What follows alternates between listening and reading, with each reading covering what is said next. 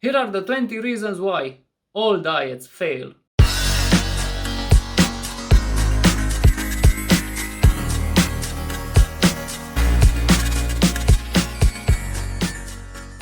Hi, my name is Alex from thekeytofatloss.com, and in today's video I want to talk about diets. I've made a list of not 3, not 5, not 10, but 20 reasons why all diets fail.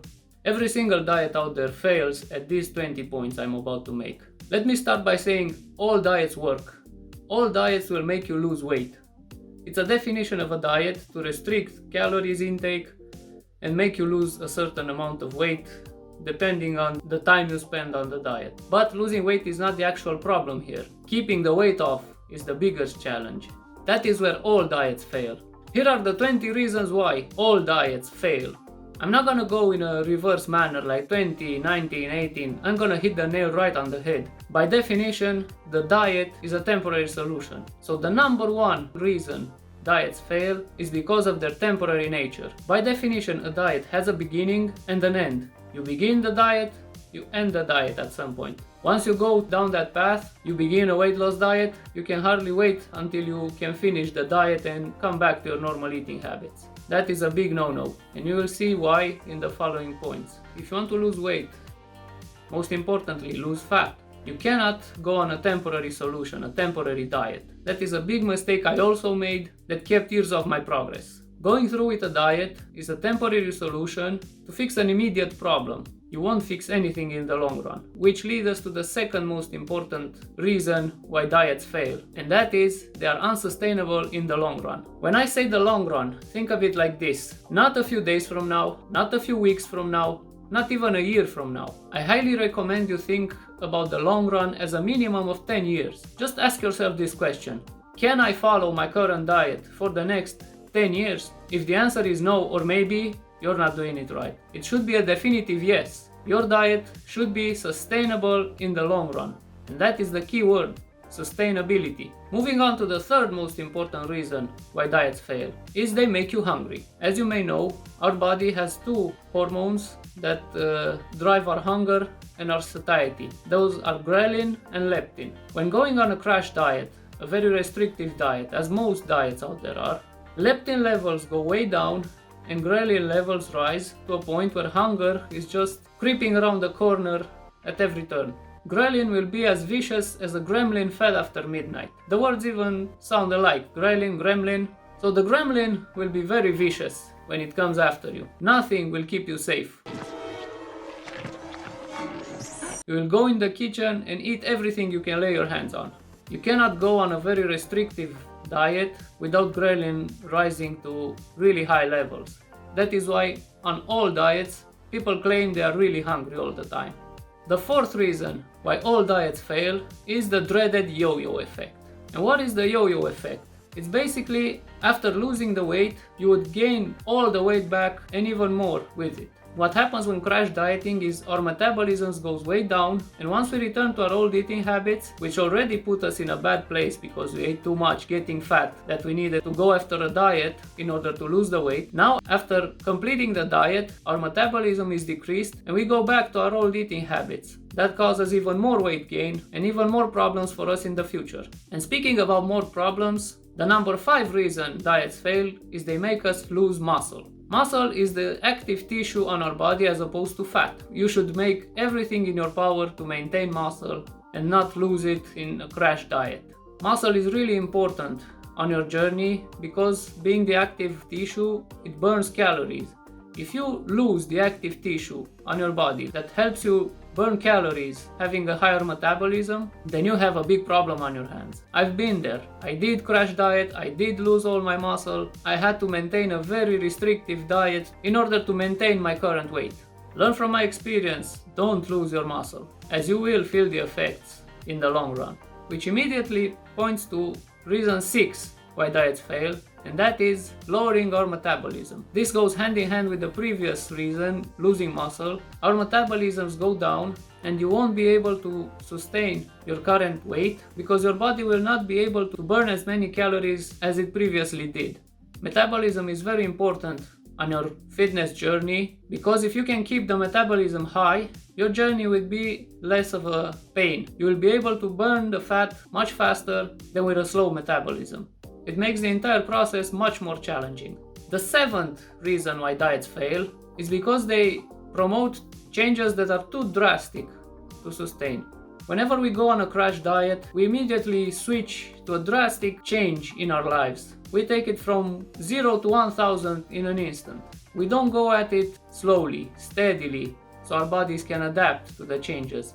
We go on a diet and we immediately restrict the foods we eat, the meal patterns, the number of meals we eat a day, the amount of food we eat, and everything goes to the dogs. You will be providing a huge shock to your body and your metabolism when starting out on one of these diets. This takes us to the following reason why diets fail: too much restriction. Going on a diet means you won't be able to eat certain food groups. You are restricted to eating just a select few foods that the diets promote. You all know how this goes. You can only eat this sort of food, you cannot eat that sort of food. You can only eat a certain amount of this food but not that food. You are restricted in every way possible, and you will soon start feeling that restriction creeping up on you. You cannot keep up with all the restriction, and once the diet is over, you will most likely go overboard with your newfound freedom. Another big reason why diets fail: eating small portions of food that cannot keep you satiated. You cannot be satisfied with just 100 grams of food. Most diets out there restrict the amount of food you can eat to portions that cannot satisfy even a child. As opposed to a certain number of calories a day, you also need a certain food volume a day to feel satiated and feel satisfied. Eating tiny portions of food will never keep you satiated, will never keep you satisfied, no matter how hard you try. You will rely on willpower alone for the rest of your journey. The next reason all diets fail is the complete opposite of the previous one. There are diets out there promoting the all-you-can-eat approach. This sends the wrong message because they teach you can eat as much as you want and still lose weight. Well, that is true to some extent if you eat very low-calorie foods, but in most cases you cannot eat unlimited quantities of food and not gain weight. You can gain weight on any food whatsoever if you eat enough of it. These diets restrict you to certain food groups and say you can eat as much as you want from that particular food group. You do not learn anything from these diets, as once the diet is over, you are left with the need to always be full all the time in order to be satiated. Sure, on the diet you were full of low-calorie foods, but once you switch back to your normal eating habits, you will need to stretch out that stomach as you were used to on the diet, and you won't be doing it with low-calorie food. These diets promote the message that there are foods out there you can eat unlimited quantities of and not gain weight. This couldn't be further from the truth. That leads us to our next big reason why diets fail, and that is binge eating. Once you have a period of time with too much restriction, with small portions of food, once you go back and the restrictions are lifted, you will go on the biggest binge in your life, where you'll eat much more than you would usually do. And that's when the fat comes back again, and it will come back quickly. Rapid weight loss always causes rapid weight gain, and that is a fact. But why do we go on binges after the restriction is over? Well, the answer is simple. The restriction doesn't leave any room for cravings. We're human beings, we have cravings. We need certain foods that makes us happy. We don't just look at food from a nutritional point of view. We also eat food for our mental health, for our psychological health. We must eat the foods we enjoy just to keep our sanity. You cannot only eat foods you don't enjoy and hate for the rest of your life. You gotta have room to enjoy yourself. Our cravings and the ability to eat the foods that we love keeps us sane and keep us on track on the long run. And that leads us to the next big reason why diets fail, and that is relying on willpower alone. Of course, a diet can be sustainable on the long run if you have to maintain a really high willpower all the way through the journey. Willpower is a very limited resource we have. Willpower ends differently for each individual, but you cannot keep up a diet relying on willpower alone for more than a few months.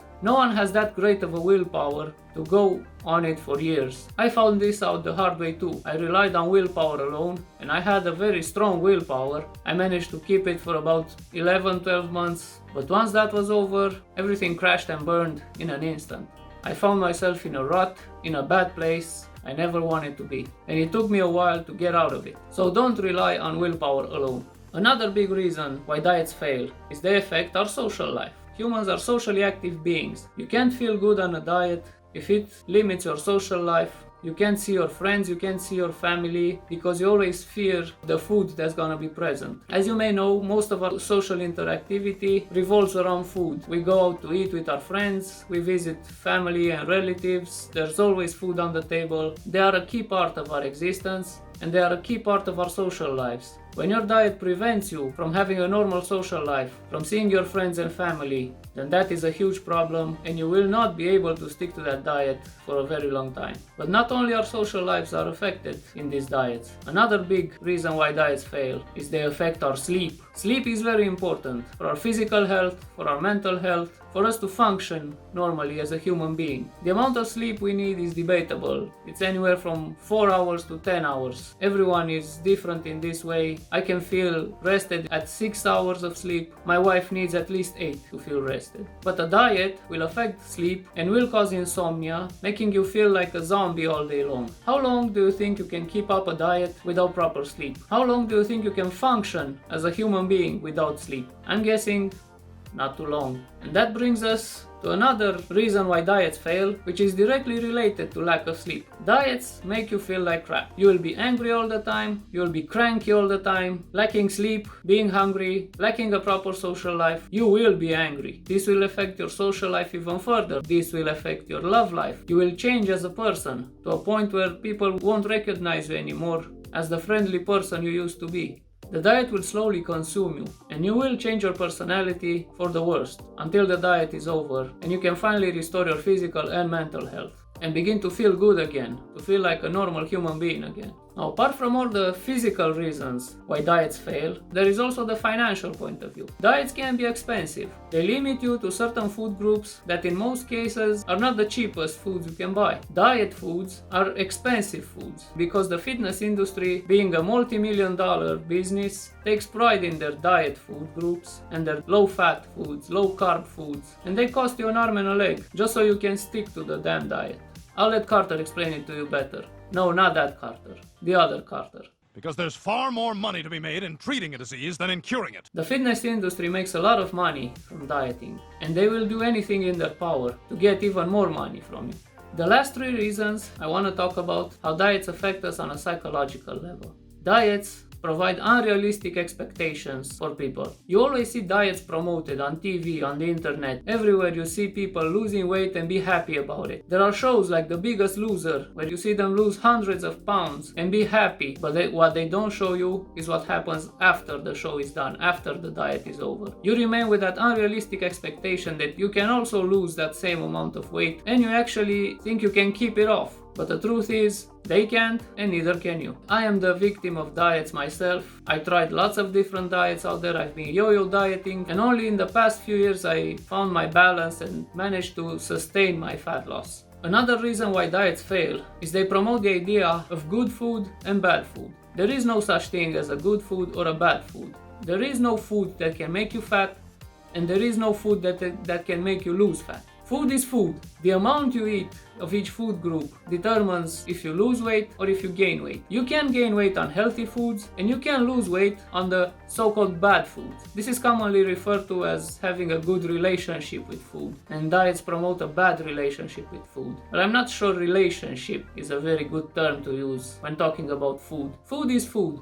You eat it for nourishment and you eat it for enjoyment. The amount of calories you consume will determine if you lose weight or gain weight. It doesn't matter which food group the calories come from. There is no such thing as a good food or a bad food. Some are higher in calories and some are lower in calories. But that doesn't inherently make them good or bad. And I saved the best for last. The number one thing I hate about diets is they don't teach you anything. They don't teach you nutrition, they don't teach you how to have a healthy lifestyle, they don't teach you sustainability, they don't teach you anything. You just blindly follow the diet, you blindly follow that list of things to do and food to eat and meal times you have to stick to, and also food quantities you have to stick to. We as human beings have to learn from our experience We need to learn from our mistakes. I've learned the hard way that diets fail because I've been yo-yo dieting. I've been on a diet, on more than I'd like to admit. I tried every single one out there, looking for that perfect one, seeking that magic diet that will help me achieve my goals. But the truth is, if you seek a diet and you seek the best diet out there and you find yourself googling what is the best diet for weight loss, then you failed from the very start.